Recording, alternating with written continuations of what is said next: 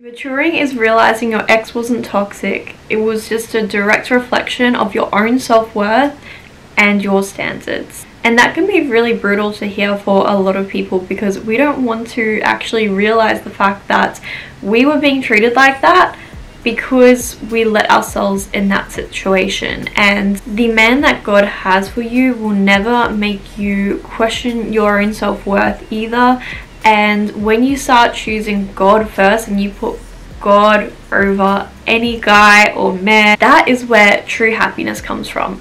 No matter where you're at in your relationship status, your business, your work, your life, if you're having health issues, anything, you have to go to God first. If you want an amazing life, if you want to be happy, if you want to be truly free, you have to speak to God first, and you have to ask him, is this what you want for me? Having high standards for yourself doesn't make you someone who's picky or anything like that. It's a really good thing. And I see a lot of people talk about online that if you want to try and find your person, you have to go on as many dates as possible, and then, you know, the law of averages, you're eventually gonna weave out all through the bad ones, and you'll eventually find your person. If you go on enough dates, you'll find that person. But actually, no, I think that's a really bad energetic thing to be able to put yourself in. Like, just going on the dates, and I think that's a really bad use of your energy, because you're allowing yourself for a lot of low quality experiences, especially if they're not like good dates. You can just afford to take yourself on anyway. And yeah, you might think, oh, it's okay because I'm not sleeping with them, or, you know, you might not even kiss them, but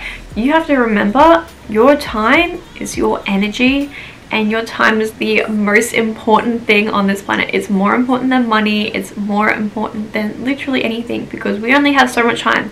Money is limitless. There's so much money that we have the potential to be able to earn, but there's only so much time.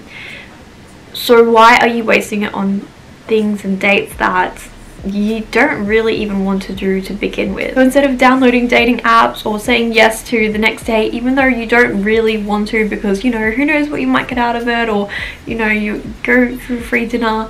No, that is your precious time, and it's important that you try not to chase that temporary hit of validation and ego boost that those things will give you, because that's all that it is at the end of the day.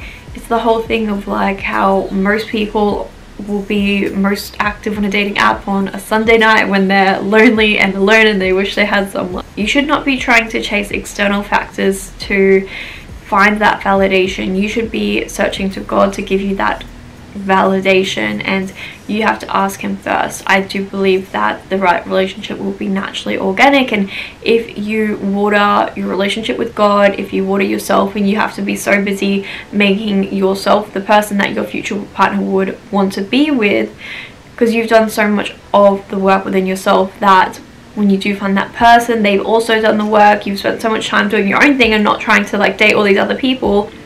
By the time that you do go and meet someone, you are so much more open and willing, because you haven't been scarred from dating all of these people who really didn't deserve your time or meet your standards. And having standards will stop you from having low quality experiences. Having those high standards for yourself, you are only accepting the stars, the moon, the world, because the life that you've already given yourself is so hard. For those who don't know, I don't know if I've spoken about this on my YouTube channel at all, or really any kind of social media, but I am waiting to marriage, and having and making that decision is probably one of the best things I've ever done. It's just so freeing knowing that I am going to be saving myself for my future husband.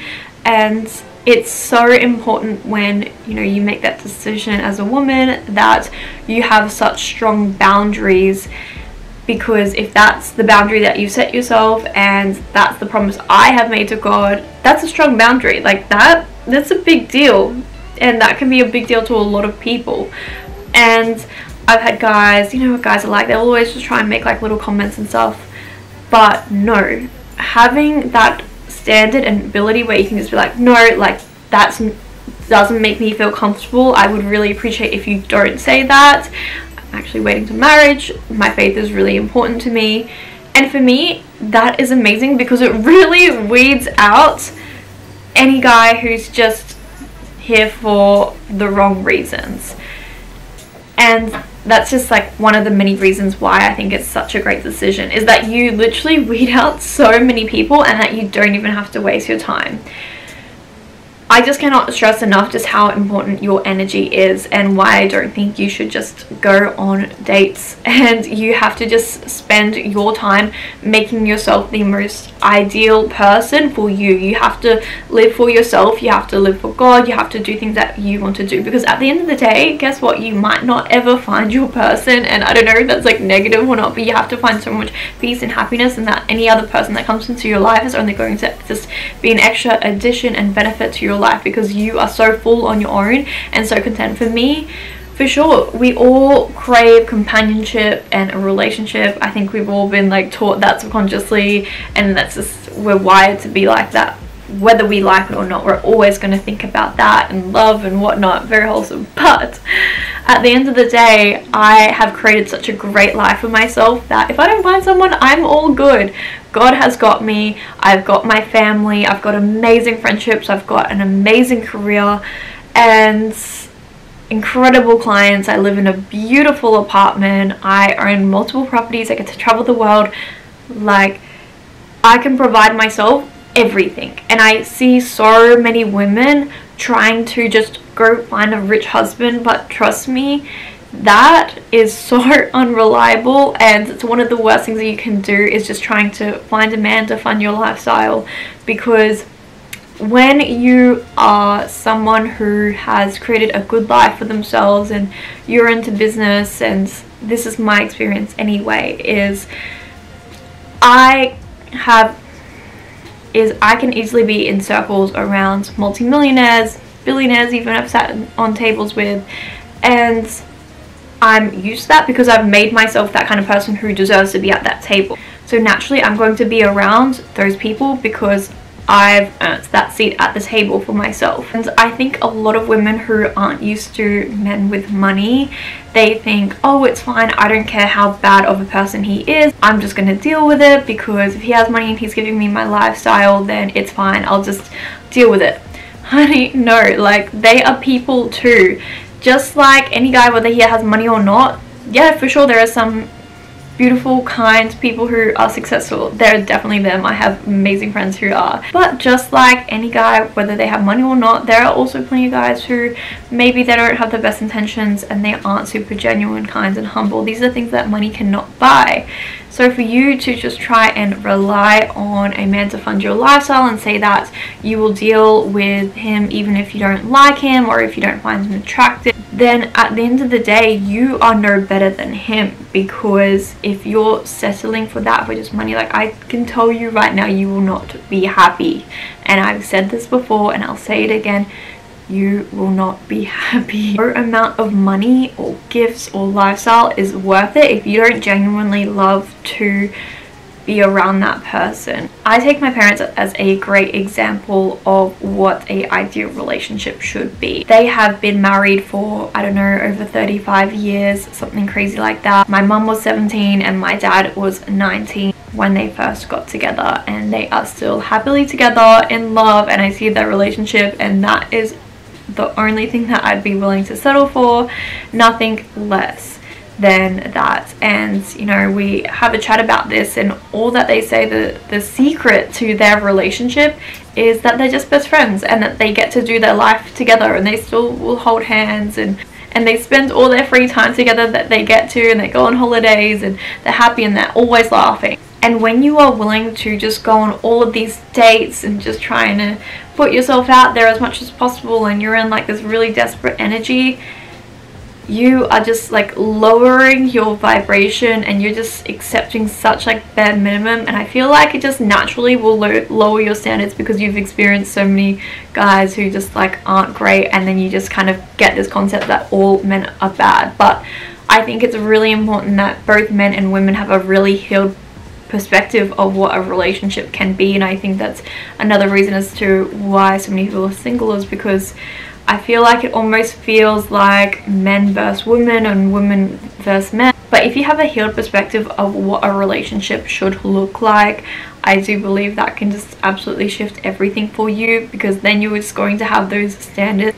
It definitely does make such a massive difference if your parents are together or not, and what you've seen growing up. Because I've seen my parents the way that they are, I really grew up thinking that everything was like that, and like there's no divorce in my family, and it really does make such a difference in terms of what you see growing up and how you expect for yourself. Because like no one fights in my family, like I've never had a fight with my ex or anything like that. Like it's all good. Like I don't have beef or drama with anyone.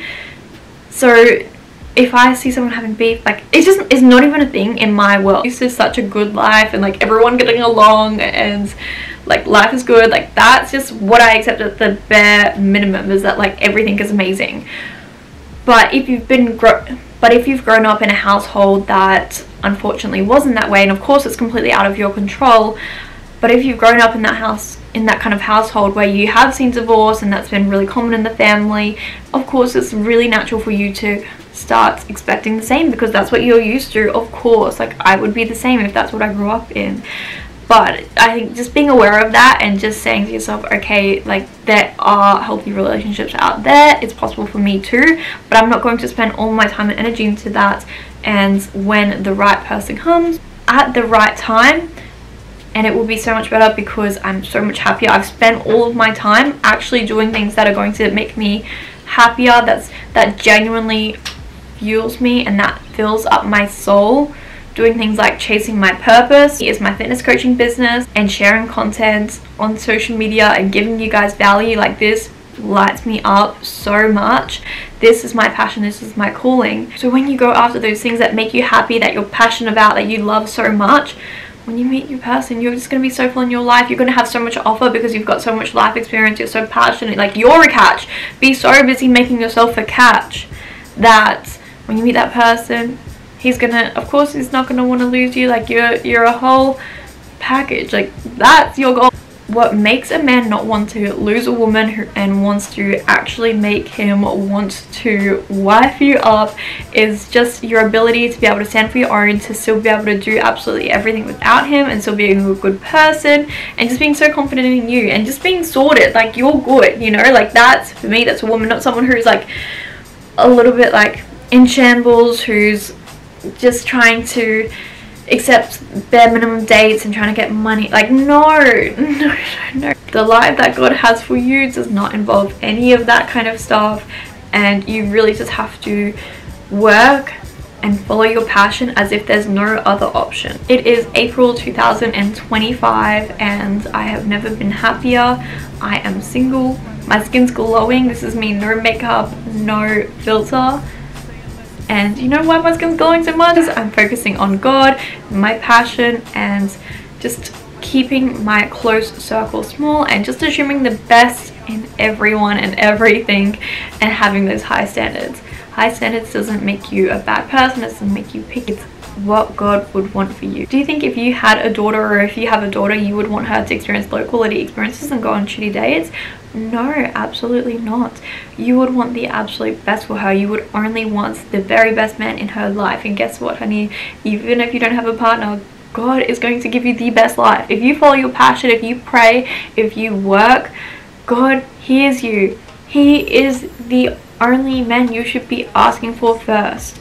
He's the only person you should be trying to find that kind of validation from, is him first. Seek God's validation before you try and find validation from social media, because these things aren't real. They don't matter. They really don't. And from someone who has had even just like what you might consider a little bit of success in their life, like achieving these things and these goals and buying properties, whatever, it's cool, but it's such a short-term thing, and you will feel hollow and empty once you achieve them if you don't have God and you're not grateful and you aren't genuinely fulfilled deep down.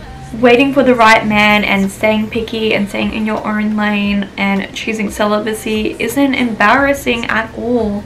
It's so powerful. There's so much power in that. And guess what? You get to decide right now. This is the decision and my declaration, what I'm going to be accepting for myself. trusting in God's timing, that the time and path He has for you is perfect. He's never late, He's never early, He's exactly on time what He wants for you to be on time. But you aren't going to find your soulmate by trying to rush and trying to be forceful with dating. No, God's got it figured out. You don't have to do anything. You really do not have to do anything. You just have to try. The message to all women is that I encourage you to stay patient, even when it might feel lonely at times, and even when you might question yourself, and even if your friends around you are doing the complete opposite. You don't have to follow what they're doing. Their path is not your path. So my loves, if you found this video helpful, please leave a like and make sure you subscribe to this video as well.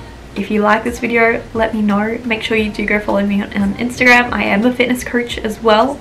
I do create the best physique transformations. I am a nutritionist, personal trainer and counselor, so I'm 3-in-1. I do nutrition training and mindset. So if you want someone to help you make your life better in every single way possible, not just your body but your mindset, your nutrition, your health, come work with me. If you feel like I can help you, I know for a fact I absolutely can help you in every area. In my work for the past over 10 years, so I can help you. Go check out my Instagram for insane client physique results.